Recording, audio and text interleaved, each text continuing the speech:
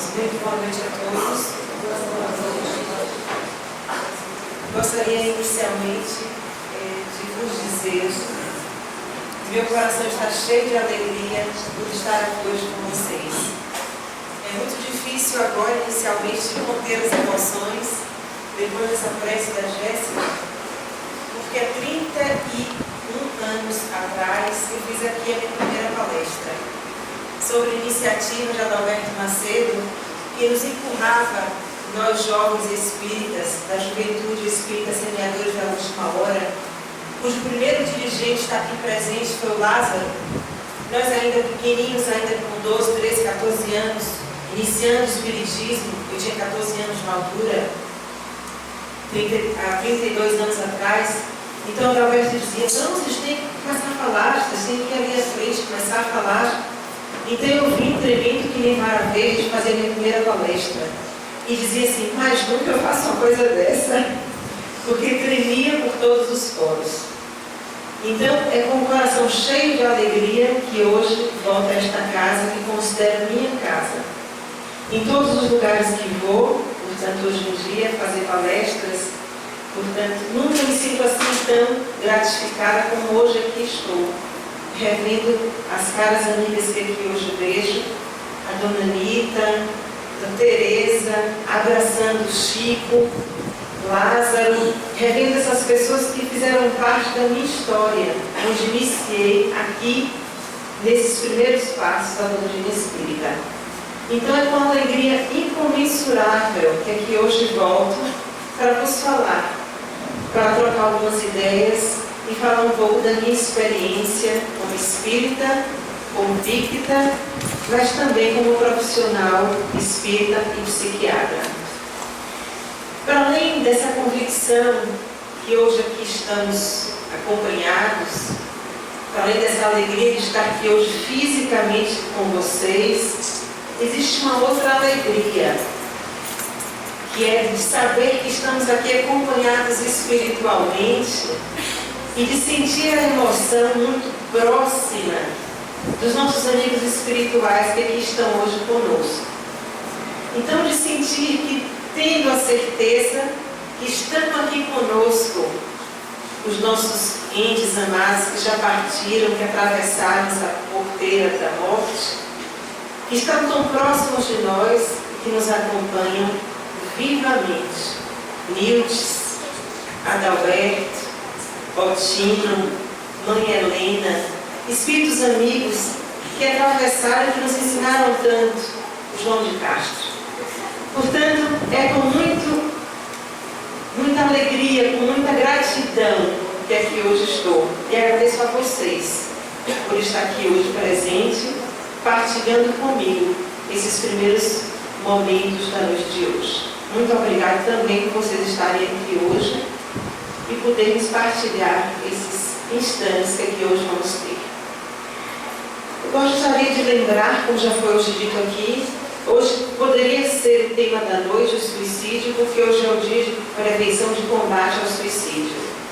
Portanto, hoje é um dia de gratidão à vida, de gratidão à nossa existência. Portanto, hoje nós temos que estar gratos por estar aqui hoje. Não só porque é um dia de festa, por nosso encontro, mas por estarmos vivos. Então, para além de estarmos aqui hoje unidos, vamos dar graças por estarmos vivos, aproveitando nossa existência, aproveitando o máximo aquilo que nós já aprendemos com a doutrina espírita e dando nosso exemplo lá fora, ajudando aqueles que não têm ainda nessa existência essa oportunidade de conhecer o Espiritismo. E vamos nos falar hoje, eu não perguntei a Dene quanto tempo é que eu tenho, Dene. Então, ótimo. Então, nós vamos falar hoje sobre mediunidade e transtornos mentais. E nós vamos falar sobre esse tema abordando as comunicações mediúnicas. E nós sabemos que as faculdades mediúnicas, se vocês quiserem utilizar aqui essas duas cadeiras, vocês podem utilizar. Sabemos que a faculdade mediúnica, a mediunidade, tem sido uma faculdade praticada, não sendo ela um patrimônio do Espiritismo, Nós sabemos que a faculdade mediúnica tem sido praticada em todas as épocas da humanidade. Em todos os tempos, na história da humanidade, nós encontramos relatos da prática da mediunidade. Em todas as histórias, por exemplo, em várias histórias das religiões, essas religiões mais antigas, como o hinduísmo, em todas as épocas, em todas as religiões, nós vamos estudar, por exemplo, na própria Bíblia existem vários relatos, é um pórtico cheio de relatos de faculdade, de exemplos de mediunidade, quer de efeito físico, quer de efeitos subjetivos. Então é uma fenomenologia transversal em todas as épocas da humanidade, em todos os tempos. Portanto, e esses médiuns, os médiuns eram integrados dentro da sociedade, de uma forma natural, por vezes, muitas vezes sendo designados como sábios, santos, outras vezes também endeusados, mas também outras vezes endemoniados, outras vezes não sendo integrados de uma forma natural na sociedade. Nós temos uma fase muito negra para a mediunidade, a fase da Idade Média, em que inclusive foram perseguidos. Nós vamos falar um pouquinho sobre isso. E algumas vezes os médiuns também foram considerados como pessoas que não tinham as suas faculdades mentais muito normais, ou seja, transtornados mentalmente. E esses médiuns eram procurados como uma forma de obter favores, como uma forma de culto e etc. Por exemplo, nós temos também alguns filósofos na história da humanidade que diziam que podiam encontrar os seus orientadores espirituais, por exemplo, o de Sócrates, o nosso grande filósofo Sócrates, que dizia entrar em contato com o seu daimon, que não tinha nada a ver com o demônio, mas era com um guia espiritual que lhe orientava acerca das ações que deveria ter no seu dia a dia. Portanto, é um exemplo de uma pessoa que integrava essa faculdade mediúnica de uma forma natural. Temos também, como eu disse, na Bíblia um repertório de fenomenologia mediúnica, e uma delas é a própria conversão de Paulo de Tarso, que dizia ter visto uma visão do Nazareno nas rotas de Damasco, após o qual ele se converteu ao cristianismo. Portanto, e a própria Bíblia nós temos vários exemplos de faculdades, de exemplos de uma fenomenologia mediúnica. Nós temos, por exemplo, no mundo helênico, na tradição judaico-cristã e na greco-romana, as sibilas e as pitonisas gregas. Por exemplo, eu trouxe aqui, não dá para ver muito bem, mas todos esses pontinhos aqui que nós vemos, esse aqui é o maior deles, é o oráculo de Delfos, que eram oráculos, que eram locais, onde eram feitos, aqui é um exemplo deles, que são só ruínas neste momento, podem ser visitadas na Grécia, e eram locais onde as pessoas se reuniam para cultuar os deuses. Nós não esqueçamos que os gregos eram politeístas. Então, as sacerdotisas cultuavam esses deuses e recebiam dos deuses essas orientações, através da sua mediunidade, de como o povo, ou então os dirigentes da população, deveriam gerir o seu povo. Através de quê? Da sua mediunidade. Mostrando que a mediunidade é integrada de uma forma natural, aceite, perfeitamente integrada dentro da sua sociedade. A título de curiosidade, são pinturas, são frescos que existem na Capela Sistina, em Roma, portanto, dessas sibilas, que eram médiuns. Portanto, são pinturas e essas sibilas retratam justamente a comunicabilidade comum dos mortos, que eram formas de comunicação com os deuses gregos. Portanto, nós temos também um exemplo muito falado na história, que é o exemplo de Joana d'Arc. Joana d'Arc médium em 1400, e essa médium foi eternizada, por quê? Porque ela dizia que ia salvar o seu povo, o povo francês, do jugo inglês. Porque ela dizia que ouvia vozes dos seus orientadores espirituais de como devia salvar o povo do jugo inglês. Ela foi chamada a renegar essas vozes, senão ela seria queimada na fogueira. E ela não renegou e foi queimada na fogueira. Portanto, a Joana d'Arc eternizou-se e, portanto, foi chamada uma heroína. Portanto, a heroína francesa. Mas isso é um exemplo de como nem sempre a mediunidade na história ela foi integrada de uma forma natural. Então, esse é um exemplo de como Joana d'Arc foi considerada uma bruxa, porque, na realidade, ela foi levada a negar a sua própria mediunidade. E aí começa um período negro na história para a própria fenomenologia mediúnica. A Idade Média foi um período negro, porque nessa altura os médiuns eram considerados endemoniados. Ou seja, aquele que praticasse a mediunidade era considerado possesso pelo demônio.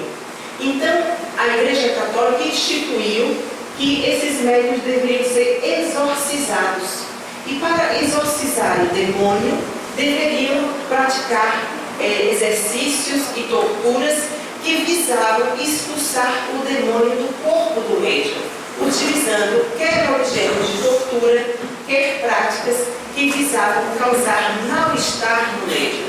Um exemplo disso eram esses vomitórios. Primeiro colocavam os médiuns em posturas bastante desconfortáveis e depois colocavam esses vomitórios para expulsar o demônio do corpo do médium. Como que, se causando mal-estar no médium, o demônio se sentisse mal naquele corpo e fosse embora. Como se algum espírito ocupasse o corpo do médium e então sentisse mal-estar. Como a gente sabe, no espiritismo, isso não acontece.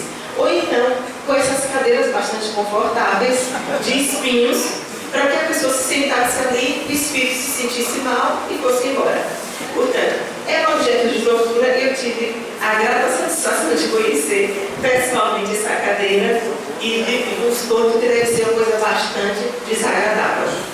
Portanto, isso foi um período negro da história e retrata essa imagem de que nem sempre o médium foi encarado como uma pessoa normal e a mediunidade como uma coisa natural. Entretanto, mais tarde, como nós sabemos, e dando até a propulsão para a própria codificação do Espiritismo, houve no final do século XIX, portanto, 1857, 1890, uma explosão de fenomenologia mediúnica em toda a Europa e nos Estados Unidos, como nós sabemos, e que veio dar depois a própria codificação do próprio Espiritismo. Então nós sabemos que na Europa começaram a acontecer o quê? Os fenômenos das mesas girantes. Nós tínhamos aqui, há muitos anos atrás, há uns 30 anos atrás, algumas experiências nesse gênero, nesse próprio salão. Nós experienciamos as mesas girarem aqui nesse salão, experimentalmente, para quem quisesse ver. Portanto, fizemos essas experiências aqui nesta sala.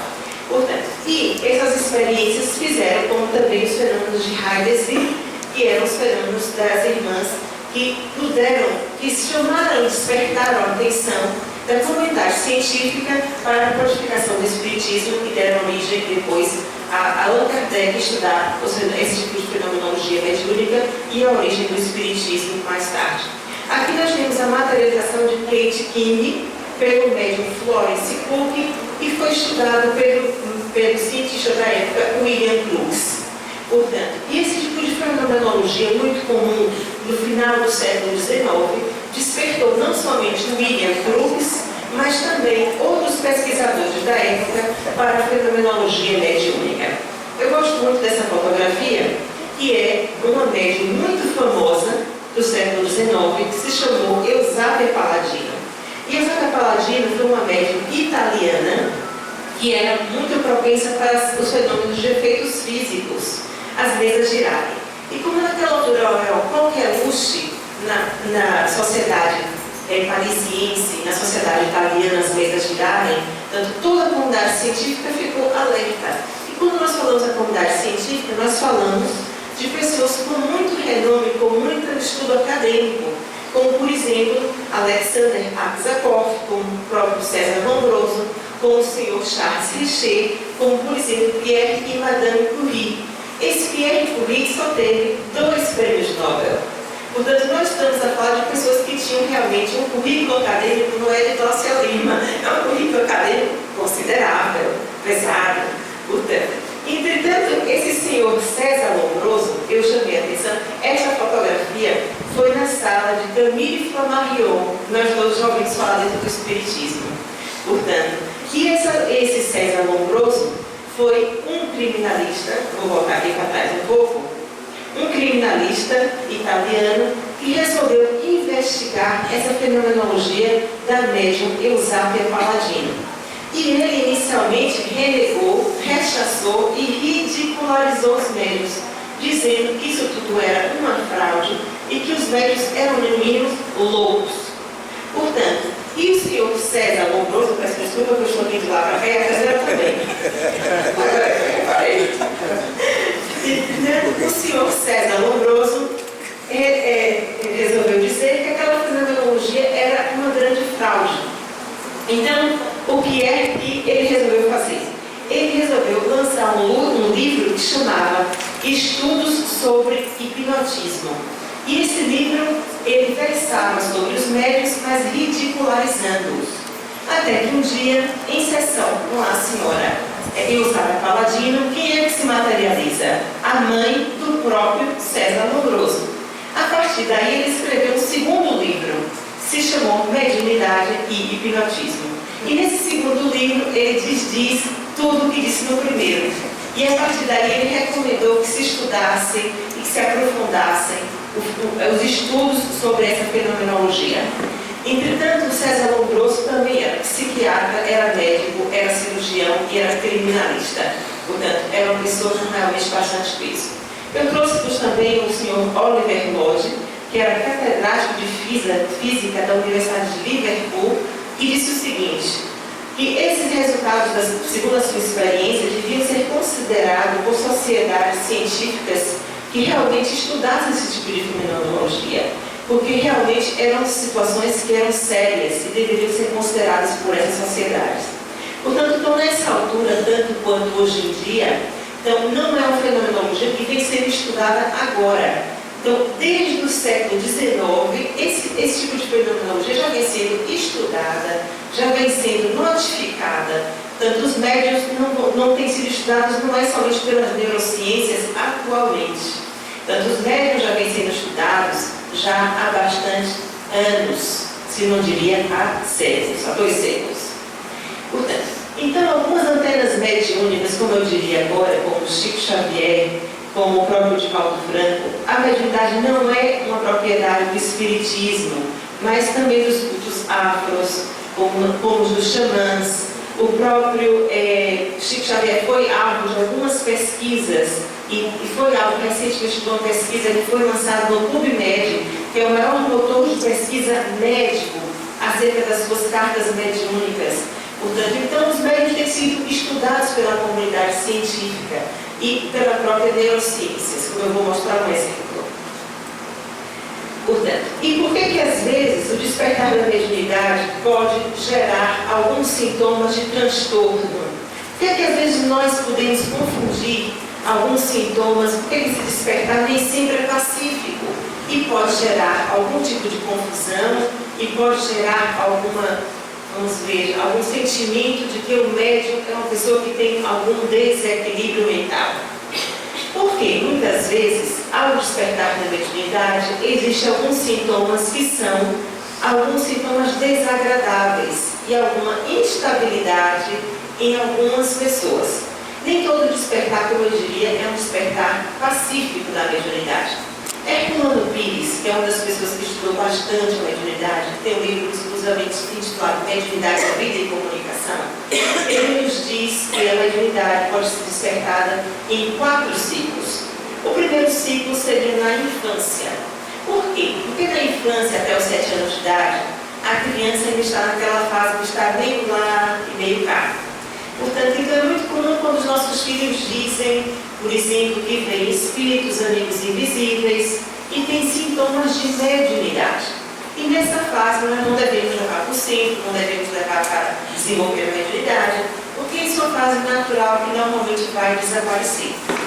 Na adolescência, é outra fase comum de despertar da mediunidade, porque as hormonas estão todas em desenvolvimento. As hormonas aí foi português de Portugal. Os hormônios. Os hormônios estão todos em desenvolvimento. E a pessoa, naquele eclodir de todas as suas faculdades, também tem essa propensão para desenvolver a faculdade mediúnica. Então, seria o segundo ciclo da mediunidade. O terceiro ciclo, também nesse ciclo, o segundo, não deveríamos desenvolver, salvo alguma exceção, a faculdade mediúnica. Nós observamos que os grandes médiuns, por exemplo, Chico Xavier, Divaldo Franco, o próprio Raul Teixeira, todos eles apresentaram a mediunidade desde a infância. São grandes espíritos. Mas, naturalmente, os médiuns não devem desenvolver enquanto não existe a maturidade psicológica. Entretanto, o terceiro ciclo, e aquele sim, em que deveria desenvolver a mediunidade, seria o terceiro ciclo, seria na idade adulta.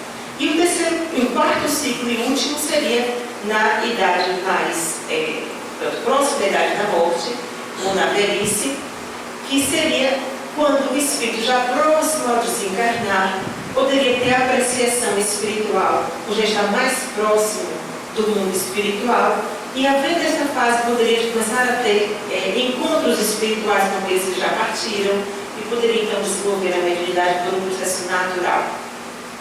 Muito bem. Então, nessa fase inicial da mediunidade, poderia haver um humor mais instável. Por exemplo, nós sabemos que os médiuns na fase de desenvolvimento podem sentir influência, podem mudar de humor consoante as pessoas que estejam. É uma pessoa muito mais influenciável.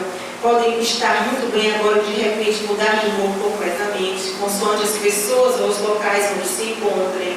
Isso não tem nada a ver com bipolaridade da psiquiatria, da pessoa ser bipolar, né? Porque esses sintomas podem ser confundíveis. Mas depois eu vou dizer como é que a gente faz o diagnóstico diferencial. Podem dizer ter sensações de presenças, arrepios, ser muito influenciável e, nomeadamente, ter visões e audições. Existe um estudo muito recente que diz que 90% da população podem ter visões ou audições sem ter patologia psiquiátrica. Então, não vamos patologizar as coisas, nem as pessoas. Podem ter, porque o ter de ouvir coisas, não quer dizer, e isso é um sintoma psicótico, não quer dizer que a pessoa tenha uma patologia psiquiátrica, ou tenha uma patologia de forma de esquizofrenia, ou seja, um doente bipolar. Não é? Então, o que é que dá o sintoma? O conjunto dos sintomas que a pessoa tem. Vamos lá ver. Se a pessoa tem um sintoma ou outro, é influenciável, ou está desenvolvendo a mediunidade, mas é uma pessoa que é sociável, que tem o seu trabalho, que tem aqueles sintomas, mas aqueles sintomas são transitórios, ou que ouve as vozes, mas não está constantemente a ouvir as vozes. Por exemplo, as pessoas, muitas vezes, eu vou dar aqui alguns exemplos, mas assim, eu ouvi uma voz e a voz me disse isso. Normalmente, isso é um sintoma de primeira ordem para a esquizofrenia. Kurt Schneider, que é um autor psiquiátrico da psicopatologia clássica, definiu isso como um sintoma de primeira ordem para a esquizofrenia. Mas eu não vou dizer a ninguém que é esquizofrênico porque teve esse sintoma. Isso é um sintoma, e nós não damos diagnóstico em psiquiatria por sintomas. Damos por um conjunto de sinais e sintomas que constituem uma patologia. Então, na avaliação da pessoa, nós temos que avaliar o conjunto e a biografia do indivíduo, que é a história do indivíduo. O médium é uma pessoa sociável, integrada socialmente, que é uma pessoa que não tem dificuldades sociais, familiares no seu trabalho, é uma pessoa normal. Ou seja, e o doente psiquiátrico sente com a sua realidade. Tem dificuldades em se adaptar ao seu dia a dia, tem dificuldades em se ajustar ao seu trabalho, tem dificuldades em manter relações sociais. Portanto, tem um conjunto de sintomas outros que configuram uma patologia psiquiátrica. Nós vamos prosseguir, nós vamos dar mais exemplos. Então, existe uma pergunta no livro dos médiuns, questão número 5, capítulo 18, que diz o seguinte: poderia a mediunidade produzir a loucura? Não mais do que qualquer outra coisa, desde que não haja predisposição para isso, em virtude da fraqueza cerebral. Portanto, então os Espíritos nos dizem que a mediunidade não é causa da loucura, desde que a pessoa não tenha a sua predisposição natural para isso. Portanto, a mediunidade não produzirá a loucura quando esta já não exista em germe. Porém, se a pessoa tiver uma predisposição, deverá evitar praticar a mediunidade. Ou seja, se a pessoa já tem um desequilíbrio mental, vamos colocá-la na mesa mediúnica, porque pode perturbar quer a mesa mediúnica, quer a si própria. Portanto, vamos prosseguir então.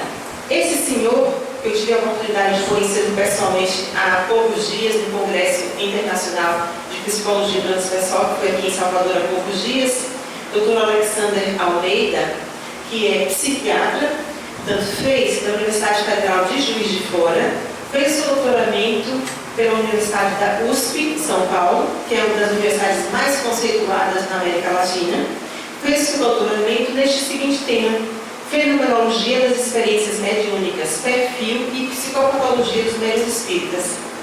E isso foi um estudo feito pela Universidade da USP. Atenção! Então, quais foram as conclusões dele? Muito rapidamente, ele demonstrou pelos seus estudos que não haviam scores entre os médiuns estudados que demonstrassem que esses médiuns teriam psicopatologia para outras doenças psiquiátricas mais do que a população normal. Eu própria fiz um estudo em 1886, fui bolsista de uma fundação portuguesa, que é a Fundação Bial, que é um laboratório português. Ganhei uma bolsa de investigação para estudar os aspectos psicofisiológicos do transe mediúnico. E dentro dessa caracterização dos médiuns, nós estudamos os médiuns durante o transe para ver se havia alguma alteração eletroencefalográfica de base durante o transe, e não houve alterações durante o transe que se alterasse fora do transe. E alguns médiuns que estão aqui presentes fizeram parte daquele núcleozinho ali, fizeram parte desse estudo. Portanto, diria que 3 ou 4 médiuns dessa sala fizeram parte desse estudo. Portanto, e não havia alteração da eletrogênese de base. Dentro desses médiuns também foi aplicado um questionário e não houve alterações da psicopatologia quando comparado com o grupo controle. Então, o que ficou demonstrado também nesse grupo de médium é que não havia um perfil psicopatológico característico diferente da população controle. Portanto, e ficou demonstrado que havia uma maior predisposição para eventos dissociativos. Ou seja, isso pode ser uma condição básica para a própria manifestação mediúnica, para ser médium. Ou seja, é preciso que haja um maior grau de dissociação. Ou seja, isso pode ser uma característica própria da mediunidade. Ou seja, pode ser até um marcador biológico. A pessoa tem que ser mais propenso a um evento dissociativo. Ou seja, pode ser próprio um marcador biológico da própria mediunidade. Alexander, no seu estudo, ele aferiu que 76,5% dos médiuns eram mulheres. Quer dizer o quê? Não é que existam mais médiuns mulheres, mas mais médiuns, certeza, frequentavam o centro espírita. Ou seja, normalmente as mulheres têm mais facilidade ou mais procura da espiritualidade, talvez, ainda atualmente. Isso é verdade. Né? Mas a mediunidade dos 48 anos, um dado muito interessante. Não são mais equilibradas também, né? Então, e não diria que são mais equilibradas, não terem suscetibilidade, mas talvez seja uma verdade. Porque a espiritualidade está demonstrada nos estudos atuais que a espiritualidade ou a religiosidade, a busca espiritual, é um fator preditivo da saúde mental. Isso é muito interessante. Existem muitos estudos atuais que demonstram isso. Portanto, e as habilitações literárias eram 46,5%, tinham curso superior. Esse estudo foi feito em São Paulo. Mas eu chamaria atenção para esse outro índice de desemprego ser 2,7% eram desempregados. E isso é muito importante, porque mostra aquilo que muitas vezes as pessoas falam, que espiritismo é coisa de que não tem o que fazer. Você vai para o centro espírita, quem não tem o que fazer, médico, quem não tem o que fazer. Não é verdade. São pessoas que são ajustadas, têm emprego, têm curso superior ou não têm, mas são pessoas que socialmente são ativas. E isso fala contra a ideia de que são pessoas que estão desintegradas ou que socialmente não são pessoas que não têm um trabalho, um emprego, o que é contrário ao doente mental. Porque a pessoa que, quando tem patologia psiquiátrica, normalmente não consegue ter emprego, não consegue concluir o curso. Portanto, e realmente o padrão do doente mental não é esse que está aí. E isso é muito interessante e fala a favor de que sejam pessoas normais, adaptadas, que podem ter sintomas psiquiátricos, mas transitoriamente, que podem ser mais suscetíveis a alguma influência, consoante as pessoas que estejam, ter uma labilidade do humor, mas essa fenomenologia é transitória. E quando as pessoas se educam ou desenvolvem, quando a gente fala desenvolve, é educação, é estudo. Não é chegar e ir para o centro e vamos baixar aqui os espíritos. Não, é educação, é estudo. E o estudo da mediunidade faz com que ele controle essa sintomatologia que vem muitas vezes de uma forma disruptiva e desorganizada. Porque tudo que a gente tem conhecimento, a gente tem mais controle.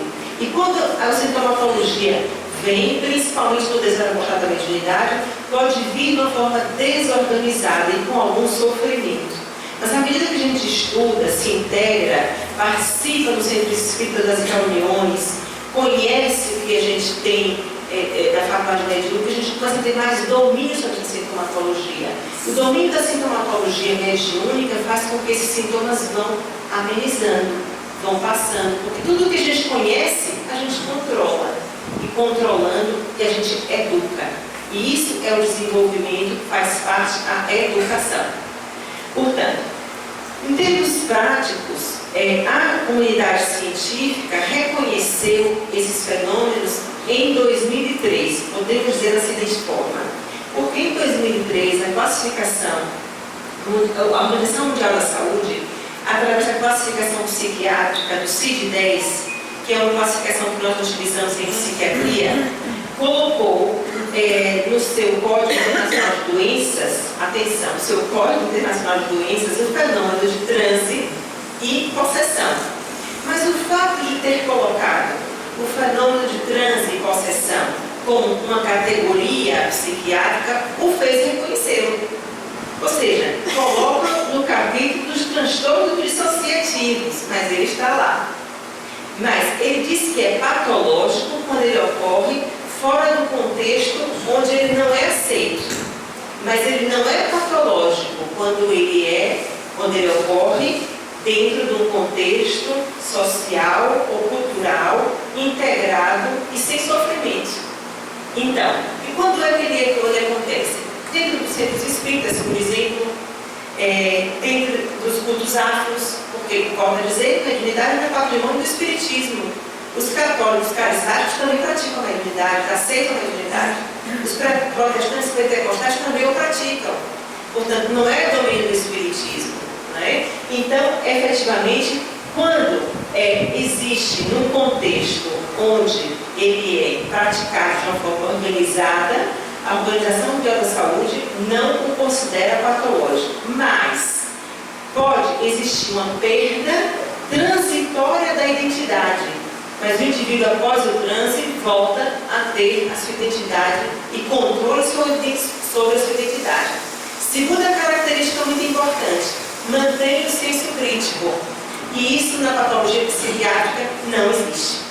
Por exemplo, o esquizofrênico ouve a voz, é capaz de fazer o que sua voz manda, mas não mantém o senso crítico. Pode perder o sentido da sua identidade, pode achar que é, por exemplo, Deus, ou pode achar que tem uma missão especial, mas não mantém o senso crítico e pode não ter o senso da perda da sua identidade. E no médico tem o senso crítico, pode perder transitoriamente o sentido da sua identidade, por exemplo, dando uma comunicação mediúnica, pode achar, nesse momento eu não sou Glaucio, eu sou Cristiana ou sou Antônio, mas essa perda é somente transitória.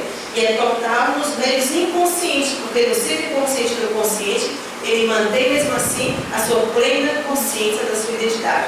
Eu posso dar a comunicação mediúnica de uma outra consciência ou de uma outra entidade, mas mantendo a consciência do que eu sou Glaucia, dos médios conscientes e semiconscientes. E a maior parte das comunicações, como nós sabemos, são de médios conscientes ou semiconscientes. Passando então a seguinte, eu vou contar a vocês alguns casos que aconteceram na minha prática clínica no hospital onde eu trabalho. O primeiro caso chama-se ficticiamente caso da Fernanda. Fernanda eu vou voltar para trás, pode que eu passei demais. Fernanda, não consigo me sentir bem em lugar nenhum. Sinto muita confusão na minha cabeça. Tenho noção de que estou noutra realidade e que a minha cabeça me dá ordens. Vejo-me morta. Ouço uma voz a dizer, assim é que você está bem, e começo a entrar em conflito comigo mesma.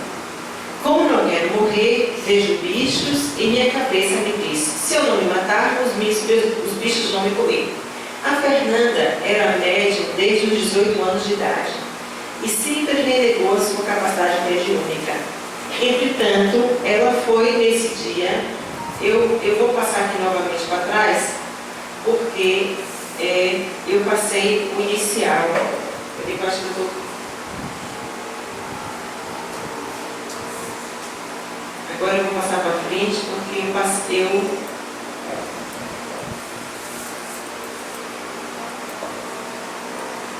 Pronto, esse era o primeiro slide, está trocado. Então, Fernanda era uma mulher de 45 anos, casada, proveniente do Barreiro, e o Barreiro é essa cidadezinha que está próxima a Lisboa, 30 minutos, e ela procurou o serviço de urgência por esses sintomas que eu acabei de relatar. A queixa inicial da Fernanda era alucinações visuais, eram visões, e ansiedade e ataques de pânico. A Fernanda tinha antecedentes patológicos, ela tinha patologia psiquiátrica, depressão, medicada pelo médico de família com fluoxetina, que é um antidepressivo, diazepam, que é um ansiolítico, e o zolpidem, que é uma medicação para dormir. Procurou o serviço de urgência pelo aumento de ansiedade e pelo abuso de benzodiazepinas que são calmantes. E ela disse assim, doutora, eu vou lhe contar coisas muito esquisitas. Ela foi recomendada a procurar o serviço de urgência, mas ela já estava muito cansada e cada vez mais dopada, porque ela tomava cada vez mais calmantes para não ouvir as vozes e para não ver as visões que tinha. Então, a médica de família recomendou que ela procurasse o serviço de urgência. E normalmente eu trabalho sempre com um residente de psiquiatria, o INDER, como a gente chama em Portugal, comigo. Nesse dia, era um fim de semana, não tinha ninguém comigo. Eu tinha que me ser mesmo naquele dia que eu não tinha ninguém.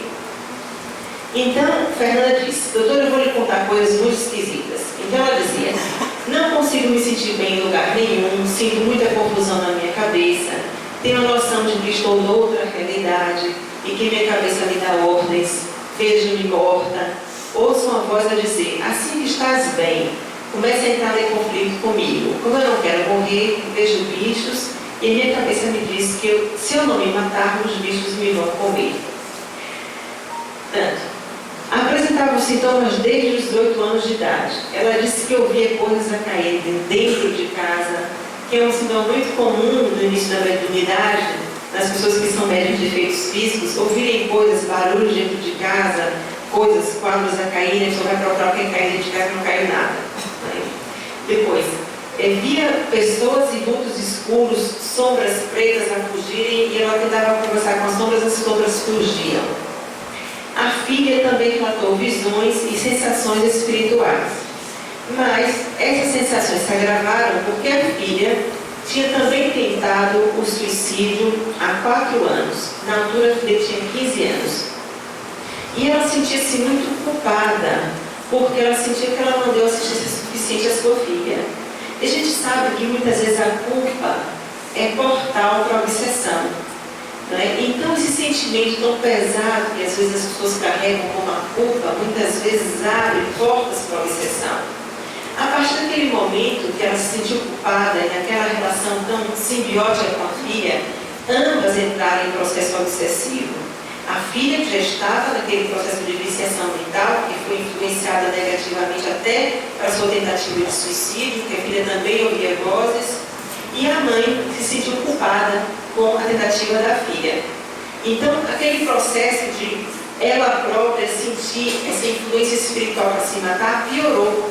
Então, era a filha que tentou se matar, porque também ouvia vozes, também sentia influência espiritual, e a mãe que agora também ouvia as vozes que lhe mandavam se matar também. Tinha visões dela própria ser comida por bichos e essa imantação mental, espiritual, obsessiva pesada. Então, A Fernanda disse que nunca tinha dito que via e ouvia espíritos a ninguém. E vivia nesse drama horrível, nessa perturbação triste, porque não conseguia dizer a médico nenhum o que sentia. Foi naquele dia, no serviço de urgência, e por isso me disse que ia me dizer coisas horríveis. E me dizia assim, mas morria de medo que eu me internasse. Porque depois que ela dissesse à médica que estava vendo e ouvindo espíritos e visse a si própria ser comida por bichos, eu ia dizer que ela estava maluca. Bom, então ele disse assim, depois que ela me contou, ela tinha que ter me achado naquele dia no serviço de urgência.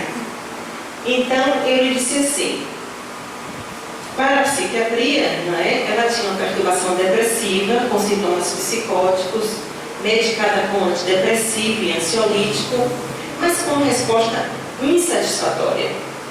Ela dizia, doutora, você não vai dar mais comprimidos? Eu dizia, não, Fernanda. Então, considerando outras dimensões do ser, principalmente o ser espiritual, eu não conseguia ver a Fernanda somente como aquela pessoa deprimida que estava à minha frente. Eu estava vendo uma pessoa que estava profundamente obsediada. Então eu disse, o que é que eu vou dizer para essa senhora? Eu, com a minha consciência espírita, vou dizer a ela para ela continuar tomando antidepressiva. Ela disse, doutora, você vai me dar mais comprimidos, não vai? Morrendo de medo que eu lhe internasse. Eu disse, não, Fernanda, você vai continuar tomando alguns comprimidos porque você precisa, e o Espiritismo não nega a necessidade de tratamento psicofarmacológico. Tirei o excesso de comprimidos que ela estava tomando, porque ela estava completamente tomada. Dei somente o necessário que ela precisava para se manter calma, porque ela estando muito ansiosa, até abriu mais portas para a obsessão, ela precisava estar calma, controlada da sua ansiedade, mas lhe encaminhei para um tratamento num centro espírita, no Barreiro. Eu lhe disse assim, olha, Fernanda, quem vai lhe dizer umas coisas muito esquisitas hoje sou eu. Então, eu disse, olha, você vai ter que procurar um centro espírita. Então ela regalou os olhos e disse assim, doutora, eu pensei que aqui a maluca era eu. Eu pensei que hoje eu vinha ao serviço de urgência e que estava ficando maluca. Mas a psiquiatra é mais maluca do que eu. Isso foi autêntico, eu não estou a inventar para vocês. Foi autêntico. E realmente eu encaminhei com o centro espírita da cidade do Barreiro. Realmente eu tenho algum contato com o centro espírita do Barreiro. E depois procurei o senhor Escolástico, que é o dirigente do centro espírita do Barreiro, e o senhor me disse que ela estava em tratamento obsessivo, e a doente depois voltou para a minha própria consulta, que eu fiz questão de marcar. E realmente a doente, para além do tratamento físico, fez tratamento terapêutico, eu mandei para apoio terapêutico, para o tratamento espiritual, e houve uma melhora dos sintomas depressivos, das sensações espirituais, e realmente houve um maior equilíbrio familiar, pessoal, e realmente um maior... E aquelas sensações espirituais realmente vieram cessar após o tratamento desobsessivo na casa espírita. Portanto, com o comprimido só, ela não ia realmente ser eficaz. Portanto, dentro desse modelo espírita, que é também um modelo transpessoal, nós temos que enxergar o indivíduo dentro desse modelo biopsicossócio e espiritual, que é um modelo integrativo, um modelo interdisciplinar. Nós não negamos nenhuma realidade, mas associamos, potencializamos todas as possibilidades do indivíduo, todos os canais do indivíduo, o físico, o mental, o espiritual, o cósmico, o seu universo íntimo, relacional, transindividual e transpessoal. Eu vou contar também para vocês um outro exemplo daqueles que os Espíritos nos trazem no dia certo, na hora certa, quando a gente está sozinha e pode fazer tudo o que a gente quer fazer. Né? E o caso do senhor Vitor foi um caso que eu intitulei AVC Espiritual. E o senhor Vitor é um senhor de 65 anos, casado, reformado, foi levado ao serviço de urgência pelo Instituto Nacional de Emergência Médica. Então, de manhã, ele teve uma perda de força dos membros superiores e inferiores, mal-estar de início súbito, e de repente ele estava sentado na sua poltrona em casa, perdeu as forças nas pernas e nas mãos, estava acompanhado pela sua mulher, e que chamou o serviço de o SAMU, né? Relativamente aqui seria o SAMU. Então, ele foi levar seus serviços de urgência, ele é pai de uma enfermeira do próprio Hospital do Barreiro, e sem consciência, em perda de consciência, mas tendo aquela tontura de início, estudando seguridade, portanto, tinha história de hipertensão, sem qualquer antecedente de doença psiquiátrica. Então, a porta de entrada foi o quê? A medicina, e a suspeita foi o quê? Um AVC. Portanto, como ele era idoso, hipertenso, sem antecedente de doença patologia psiquiátrica, foi levado para a medicina para ser avaliado, foi feito os exames diagnósticos e foi feito tomografia, foi feito o eletrocardiograma, foi feito uma série de análises cardíacas para ver se era realmente um infarto, se era um AVC, e foi afastado todas as hipóteses diagnósticas. Então eu recebo uma chamada do chefe de urgência e dizer: Gláucia, temos aqui um caso que é para você. Quando ele não acha nada, é psiquiatria. Gláucia, tem um caso aqui que é para você. Já estudamos tudo, fizemos TAC, o homem não tem nada de orgânico, não afasta a hipótese de AVC, logo inicialmente, mas o homem não fala, simplesmente o homem está parado, num estado que a gente chama de mutismo. O homem não fala, não mexe em nada, não fala. Bom, eu cheguei perto do homem, tentava falar com o senhor Vitor, também é um nome fictício, e o homem não comunicava, simplesmente. A filha dizia que ele tinha ficado assim de manhã de repente. Não tinha caído, tinha dito que estava se sentindo tonto e de repente parou, travou. Disse: bem, o que será passado com os senhores? A filha me dizia que o homem era espírita, assim, na ponta do ouvido, assim, na pontinha do ouvido, na cantinha do ouvido. Olha, ele frequenta umas coisas, mas que coisas? Se ontem ele foi com sessão espírita, ele frequenta em Lisboa sessão espírita. Ah, tá bem. Então, olha, me deixa aqui sozinho na sala que eu vou falar com o senhor Vitor. Eu falava, o homem não me dizia nada. Meu Deus, o que é que eu faço agora com este homem? Bom, eu pensei assim: os espíritos me ajudem. Então, a única coisa que eu posso fazer pelo homem é uma prece e pedir aos espíritos amigos que intercedam. Por quê? Senão eu vou ter que internar o homem, a dizer que o homem está em mutismo na psiquiatria e esperar a evolução do senhor. Porque os exames estarão todos normais. Vou te dizer que é um quadro psiquiátrico. Bem, então eu estava naquela dizer, a enfermeira me disse que ele era espírita, que tinha ido no dia anterior para uma sessão espírita. De repente o senhor para de falar e não diz nada. O senhor só me olhava fixamente, não me respondia. Eu disse: meu Deus, só posso fazer uma prece e pedir aos espíritos amigos que intercedam. E à medida que eu começo a fazer uma prece, imaginar que eu estou dando um passe no senhor, tudo, nem sair da minha poltrona, imaginar que eu estou dando um passe, e os espíritos amigos que intercedam, a imaginar os melhores fluidos espirituais sobre o senhor começa a se mexer. E lá em Portugal, aqui para nós, à medida que as pessoas começam a descarregar suas energias, arrotam. Eu nunca tinha visto isso aqui no Brasil, mas em Portugal isso é assim que acontece. Então, como o homem começou a arrotar, assim, tá se passar qualquer coisa. Então, eles começou a rotar, ops, então isso é espiritual. Continuei, mandar fluxos, mandar passes, fazer orações. À medida que eu comecei a mandar orações, o homem começou a rotar e começou a descarregar a energia. Me disse assim: doutora, continue o que está fazendo, continue o que você está fazendo. Eu disse assim: mas o que é que ele sabe o que eu estou fazendo? Eu disse: meu Deus, bom, eu vou continuar. E eu não abri a boca. A única coisa que eu fazia era prece e mandar energia mentalmente e pedir aos espíritos auxiliares. E o homem só fazia uma coisa, dizia: doutora, continue, e arrotava. Eu dizia assim: isso é autêntico. Então o homem dizia assim: doutora, continue o que está fazendo, porque está me ajudar. Continue o que está fazendo, porque está me ajudar. Passaram 15 minutos, o homem estava a mexer todos os braços, a falar comigo normalmente. Eu chamei a filha: senhora enfermeira, faz favor. A enfermeira está na sala e disse assim: converse um pouco com o seu pai. Ele: o que a doutora fez? Isso não interessa. Eu acho que eu fiquei conhecida no hospital com uma bruxa da ladeira. O que eu sei de fato é que o homem, passado 15 minutos, estava bem, tranquilo, conversando comigo perfeitamente bem. Eu perguntei: senhor, o que aconteceu com o senhor? Ele disse assim: no dia anterior tinha levado uma fotografia do vizinho que estava em divórcio com a vizinha, ao centro espírita. E tinha tido, quando voltou do centro espírita, foi a casa do vizinho, tinha tido lá uma briga enorme. Mas tinha ido dormir muito incomodado, e ele era médico. E de manhã sentiu uma energia péssima daquela entidade espiritual que estava a acompanhar os vizinhos. E de manhã, quando sentiu aquela energia, sentiu uma influência espiritual muito grande e bloqueou. Foi levado para o hospital como se tivesse tido um AVC. Não tinha AVC, ia ser internado na psiquiatria por mutismo.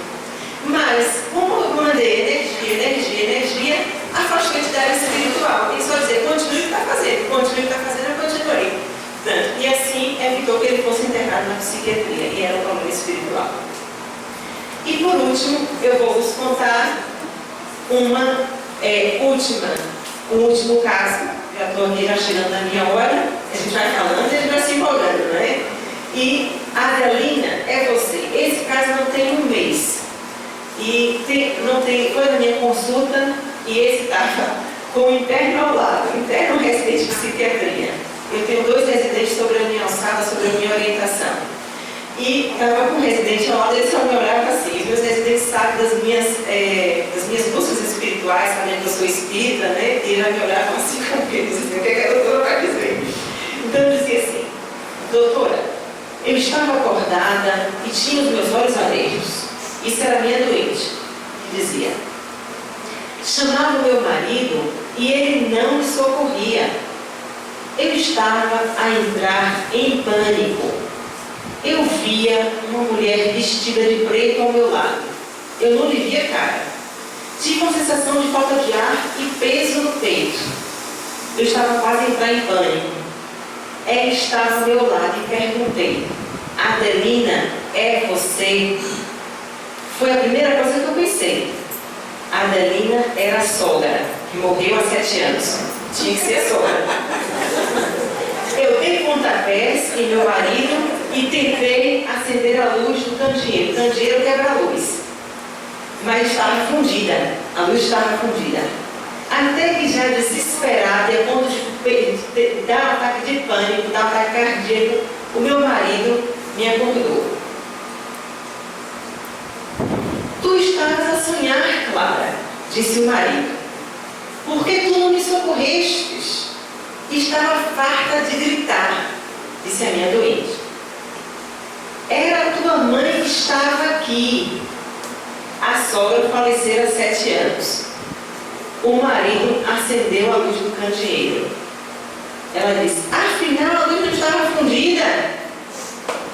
Ou seja, ela estava a nível espiritual a tentar acender a luz do quebra-luz. Só que a nível espiritual ela podia tentar às vezes que fosse, mas não ia lá, né? Não conseguia. Então pensava, a luz está fundida. Naquela aflição, não conseguia voltar ao corpo físico. Tentava dar pontapés no marido, mas estava